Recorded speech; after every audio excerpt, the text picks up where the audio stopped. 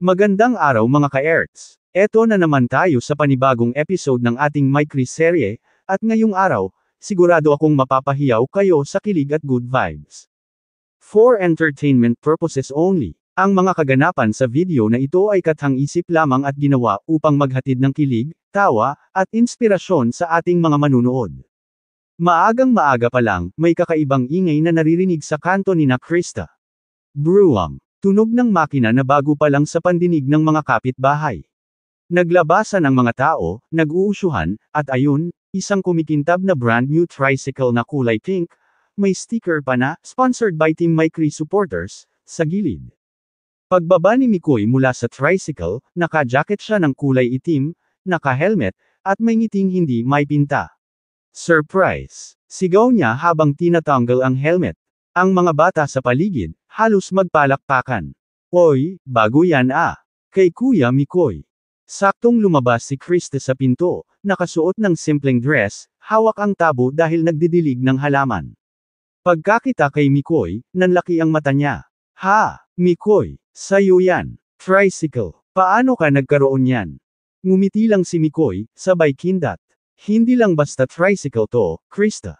Galing to sa mga bigating sponsors natin, sabi nila, para daw madali akong makabisita sayo, at syempre, para matulungan din ang pamilya nyo kung may kailangan kayong sakay o gamit na ipapadala. Boom! Lahat napahiyaw, pati si Krista napasigaw ng, grabe ka, Mikoy. Sobrang oo ka talaga sa surprises mo. Doon na lumabas si nanay, may hawak na sandok, at sumunod si tatay, naka-shorts at sando, mukhang bagong gising. Ano to anak? Tricycle. San mo naman nakuha to? Tanong ni tatay na may halong gulat at tuwa. Galing po sa mga sponsors, Tay, sagot ni Mikoy, pinaabot po nila sa inyo ang pasasalamat nila dahil sa kabaitan nyo sa akin. At gusto rin nilang makatulong kay Krista, para sa school o sa negosyo ni nanay. Napakamot si tatay sa ulo. Nako hindi naman kami sanay sa ganito. Pero grabe, ang ganda ah. Brand new pa. Si nanay naman, nagkunwaring seryoso pero halatang kilig, aba Mikoy, baka naman pinasukan mo yan ng utang ha. Sagot ni Mikoy, hindi po, nay, promise. May mga sponsors po talaga na nag-donate, si Ma'am Jack ng Velvet Box, si Sir Ben na fan ng Micris, at si Boss Toby ng Motor World. Lahat po sila nagtulong-tulong. Kita mo sa mukha ni Krista yung halo ng hiya at saya. Mikoy, nakakahiya naman sa kanila, ang dami mong ginagawa.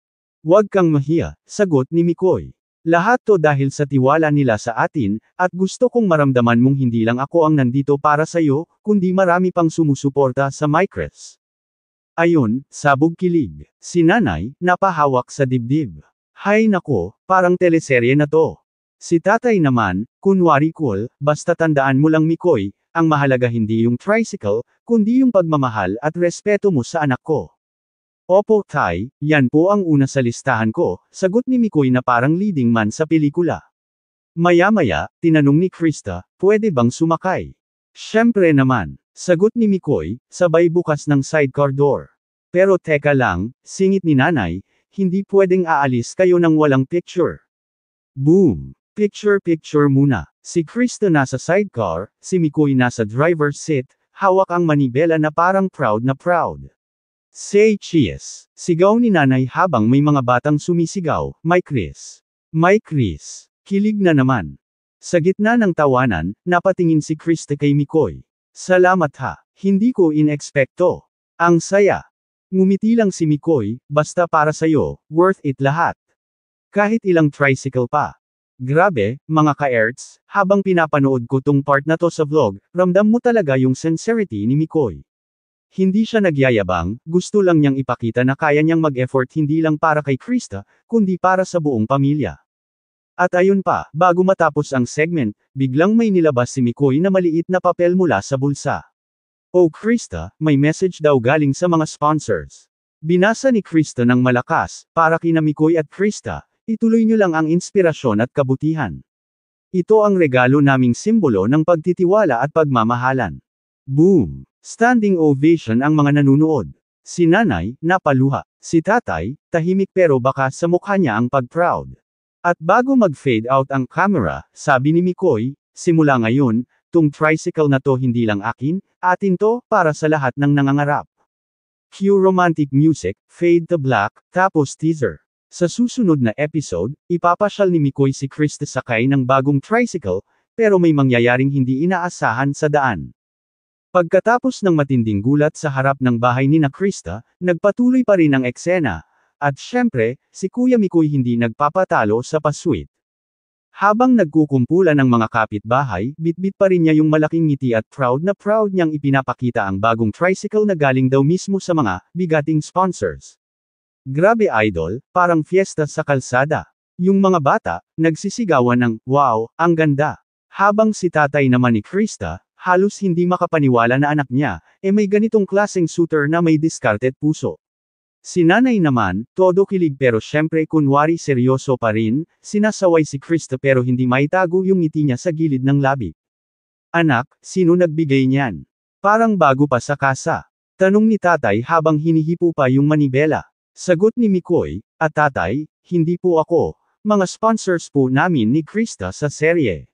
Sabi nila deserving si Krista kasi masipag, mabait, at hindi nakakalimot sa pamilya. Abay halos mapaluha si nanay. Kasi unang beses nilang narinig na may mga taong naniniwala sa anak nila, hindi lang bilang content partner kundi bilang inspirasyon. Tapos eto pa idol, habang tumatakbo ang eksena, biglang dumating si Kuya Rab dala ang camera, sabay sigaw ng, ayun pala kayo.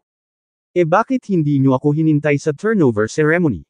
Boom! Lahat nagtawanan. Si Mikoy medyo nahiya pero si Krista, grabe, namula talaga.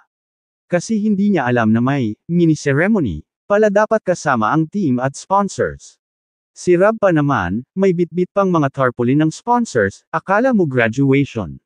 May nakasulat pa, congratulations Krista. A symbol of hard work and humility. Ang saya ng eksena idol, ramdam mo yung halo ng kilig, comedy, at pamilya vibes. Habang si Krista nagtatago sa likod ni Mikoy, naririnig mo pa ang sigaw ni nanay, nako anak, huwag kang mahiya, halika dito. Pero sa loob-loob ni Krista, mixed emotions, masaya siya kasi proud si Mikoy, pero medyo naiilang din kasi parang ang daming camera. Dito na pumasok si Kuya Rab, sabi niya, alam nyo, ito ang gusto ko sa tandem na to. Hindi lang pang content, may puso sa pamilya. Grabe idol, doon ako napaklap sa harap ng live ko. Ramdam ko yung sincerity ni Kuya Rab. At habang nagkukwentuhan sila, biglang binuksan ni Mikoy ang compartment ng tricycle, ayun na, may mga groceries, school supplies, at maliit na kahon. Tinanong ni tatay, ano to, Aiho? Sagot ni Mikoy, bonus po mula sa sponsors, para kay nanay at tatay. Napaluha talaga si nanay. Parang slow motion yung pagyakap niya kay Krista. Hindi niya akalaing may ganitong klase ng pagmamahal na mararanasan nila, hindi galing sa luho, kundi sa effort, respeto, at kabutihan. Dito na ako napa-react idol, sabi ko sa live, grabe, kung ganito lahat ng kabataan ngayon, marunong rumspito, marunong magpasalamat, siguro mas magaan ang buhay ng mga magulang. Tapos sabay tawa ako, pero syempre, may halong kilig to. Kasi halata sa mga mata ni Mikoy, in love na talaga sa anak niyo, tatay. Habang papalubog na ang araw, si Mikoy at Krista naglakad papunta sa tabi ng tricycle. Si Mikoy, hinawakan ang kamay ni Krista at bulong niya, sana maging simbolo to ng pagsisikap natin, Chris. Hindi lang regalo, kundi simula ng mas marami pang blessings. Aba kinilig ako idol. Kasi totoo minsan yung simpleng tricycle, nagiging simbolo ng pagmamahalan, teamwork, at tiwala. Kinabukasan idol, trending agad sa social media. Bagong tricycle ni Krista, nag-viral sa TikTok, Facebook, at YouTube Shorts. May mga comment na, sana all may Mikoy. At, Krista, ikaw na talaga. Pero syempre, may mga merits din na nagsasabing baka scripted lang. Doon pumasok ang matinding depensa ng mga supporters, hindi scripted, totoo yang kabutihan ni Mikoy, kita sa mga mata niya. Habang nagre-react ako idol, napansin ko rin yung vibe ng vlog nila, simple lang pero puno ng emosyon. Walang halong yabang, walang paarte. Parang gusto lang ipakita ni Mikoy na kaya niyang suklian yung kabutihan ni Krista at ng pamilya niya. Kaya nga sabi ko sa live ko, mga ka-erts, Tandaan niyo to, hindi mo kailangang mayaman para maging maipagmamalaki, minsan respeto lang, effort, at sincerity sapat na. Tapos habang umiinit ang comment section, nag-upload si Kristen ng short clip, nakasakay siya sa tricycle, hawak ang camera, sabay sabi, "Thank you po sa lahat ng sponsors at sa mga taong naniniwala sa amin ni Mikoy. Promise po, aalagaan namin to." Grabe idol, ang daming napahinga ng malalim. Kasi ramdam mo yung pasasalamat. Kahit may halong kilig, may puso pa rin sa bawat salita. Kinahapunan, dumating ang mga kapitbahay. Sabi nila, "Krista, pa-picture naman kami sa tricycle mo." Aba, instant tourist spot. Si tatay pa ang naging photographer ng barangay. Si nanay naman nagtitimpla ng kape, tapos si Mikoy, todo abot ng snacks, parang fiesta talaga. Pero habang lahat masaya, si Krista tahimik lang sa gilid. Parang iniisip niya, bakit ganito kabait si Mikoy? Tapos biglang bulong ni Mikoy, "Simple lang Chris, gusto ko lang makita kang masaya." Boom! Kilig overload idol. At eto pa, biglang pumasok si Kaylan Gaprab ulit, may bitbit na papel, Certificate of Appreciation mula sa sponsors. Sabi niya, "Krista, ito yung patunay na may tiwala sa'yo ang mga tao. Ituloy mo lang ang kabaitan mo, at mas marami pang darating." Eh di ba idol, ang daming matutunan doon. Hindi mo kailangan maging sikat para mapansin, kailangan mo lang maging totoo. Lumipas ang ilang araw, ginamit na ni Krista ang tricycle sa pagtulong. Naghatid siya ng mga bata sa school, nag-deliver ng gulay sa palengke, at minsan ginagamit para sunduin si nanay sa simbahan. Dito ko na-realize idol, hindi lang pala tricycle ang binigay, kundi bagong paraan ng kabuhayan at serbisyo. Sabi nga ni Mikoy, ang regalo, mas meaningful kapag nakakatulong sa iba. At syempre, may mga eksenang sobrang nakakakilig, yung sabay silang nagdadrive ni Mikoy, habang si Kristen nakasandal sa balikat niya, sabay sabing, "Ingat tayo ha, baka ma-flat to." Tawa lang si Mikoy, "Basta ikaw, kahit ma-flat, tulak ko pa rin." Grabe idol, solid my Chris moment. Sa huling bahagi idol, nagpasalamat si Krista sa lahat ng tumulong. Sabi niya, "Hindi ko akalain na mangyayari to. Ang dating pangarap lang, ngayon totoo na. Salamat kay Mikoy, kay Kuya Rab, at sa lahat ng sponsors. Ang tricycle na to ay hindi lang sasakyan, simbolo ng pag-asa."